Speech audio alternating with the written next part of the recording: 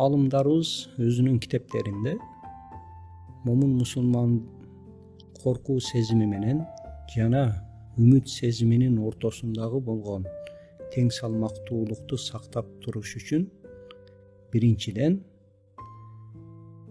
коркуу сезими менен жана Алланын мээрим ырайымына болгон үмүттү Аллах Тааланын ыйык Кур'ани Кариминин аяттарынын негизинде жана Пайгамбарыбыз саллаллаху алейхи вассаламдын куттуу хадистеринин негизинде туура түшүнүп жана күнүмдүк турмушта ошого амал кылуу зарыл дейт. Эми Аллах Таала ыйык Кур'ани Каримде анын мээрим ырайымына үмүт кылуу жөнүндө Каф сүрөсүндө төмөндөгү аятты айткан. Аузу биллахи минаш шайтанир ражим. Бисмиллахир рахманир рахим. فمن كان يرجو لقاء ربه فليعمل عملا صالحا ولا يشرك بعبادة ربه أحدا. Kim Allah Taala menen жолугууну үмүт кылган болсо дейт. فليعمل عملا صالحا. Жакшы амалды аткарсын дейт. Бул биринчи шарты. Экинчиси болсо ولا يشرك بعبادة ربه أحدا. Өз Роббисинин ибадатында эч кимди шерик кылып кошпосун дейт. Демек ушул аяттан туура үмүт кылуунун эрежесини үйрөнүп чыгабыз. Туура үмүт кылуу кандайча болот? Туура үмүт кылуунун ушул аятта эки шарты бар. Туура үмүт кылуунун биринчи шарты жакшы амалдарды аткарат.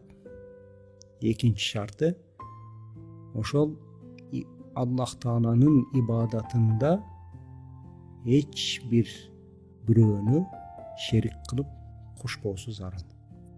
Бул дегени башкача кылып айта турган болсок, Аллах Тааланын буйруганын аткарат жана Аллах Таала кайтарган нерседен кайтуу менен ушул эки шарт болгон болуп эсептелет. Ушул эки шартты аткаргандан кийин үмүт кылуу зарыл. Ушул туура үмүт болуп эсептелет. Жакшы амалдарды биринчиден аткарабыз. Аллах Таала бизди кайтарган нерседен кайтабыз, тыйган нерседен тыйылабыз. Андан кийин Аллах Тааланын мээрим ырайымына үмүт кылабыз. Мына ушул аяттан туура үмүт кылуунун жол жобосуну үйрөнөбүз.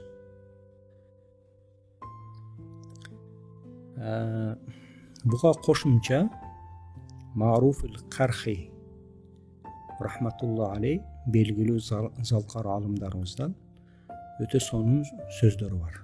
Туура үмүт кылуу жөнүндө. Талабул джаннати била амалин занбун миназ-зунуб дейт. Амалсыз бейишти үмүт кылуу, талап кылуу. Бул күнөөлөрдүн бир күнөөсү дейт. Өзү бейишти талап кылуудасыз, бирок амалсыз бейишти талап кылуу. Курук сөз. Буну кыргыз тилинде кур кыял дейт. Үмүт эмес бул. Кур кыял менен үмүттүн ортосунда өтө чоң айырмачылык бар. Кур кыял бейишти каалайсыз, ким каалабайт бейишке кирүү? Бардыгыбыз каалайбыз. Бирок ошол бейишке кириш үчүн амал кылуу зарыл. Амал кылып, андан кийин үмүт кылың. Эгерде амал кылбастан үмүт кылсаңыз, бул үмүт эмес, бул куру кыял болот. Экинчи сөзү иртижау шафаати bila sababin naun minal gurur deydi.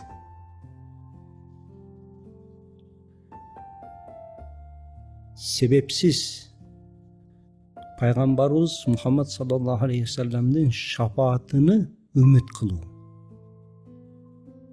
Sebepsiz Peygamberimiz sallallahu aleyhi ve sellem'nin şafaatini ümit kılı. Bu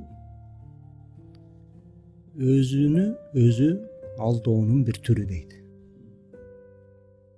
Gurur. Demek kimde-kim Peygamberimiz sallallahu aleyhi ve sellem'nin şafaatini ümit kılgan bolsa, demek oşol Peygamberimiz sallallahu aleyhi ve sellem'nin sünnetini atkarışı zarıl. Sebepsiz şafaatni ümit kılı bul kur kıyal bolat. Üçüncüden irticau rahmetin men la yuta'a jahlun ve humqun deydi. Moyun sunbastan Allah'ın merim rayımını ümit kılı. Allah'a moyun sunbaysız. Bırak Allah'ın merim rayımını ümit kılıudasız. Bul nadandık jana kelesi oğluk deydi.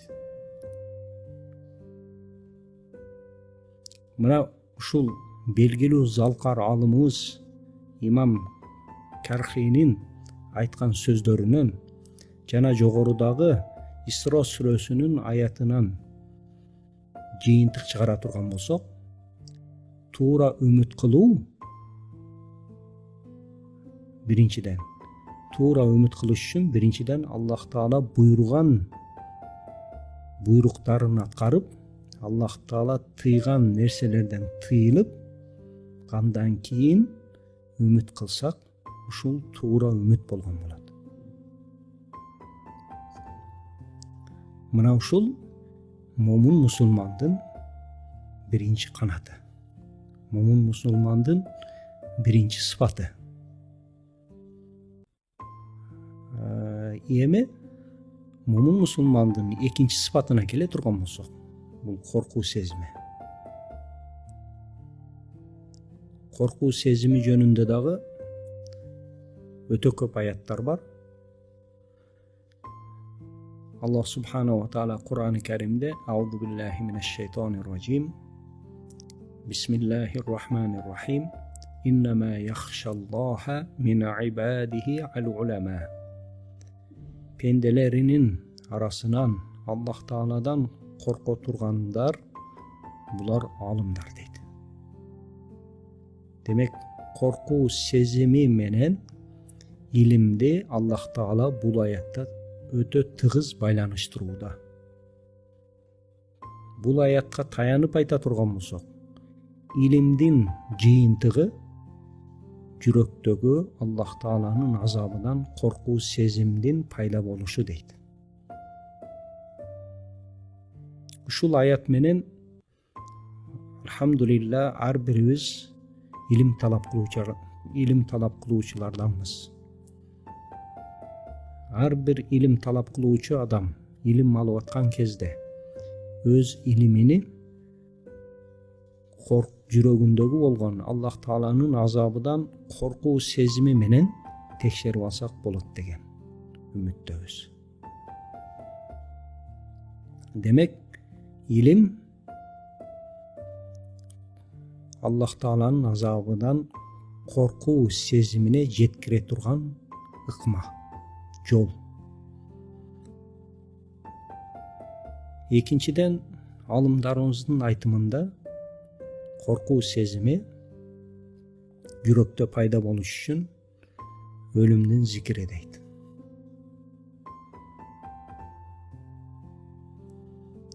Өлүмдүн зикири жөнүндө өткөн сабакта жана башка сабактарда дагы терең баяндаган элек, бирок кыска нуска айтып өтө турган болсок, пайгамбарыбыз саллаллаху алейхи вассалам Абу Хурайра радияллаху анху риваят кылган хадисте аксиру зикра хадима лаззат дейт. Рахаттарды бузуучунун зикирини эсиңерге тутуп алып, өтө көп эстегиле дейт. Демек, рахаттарды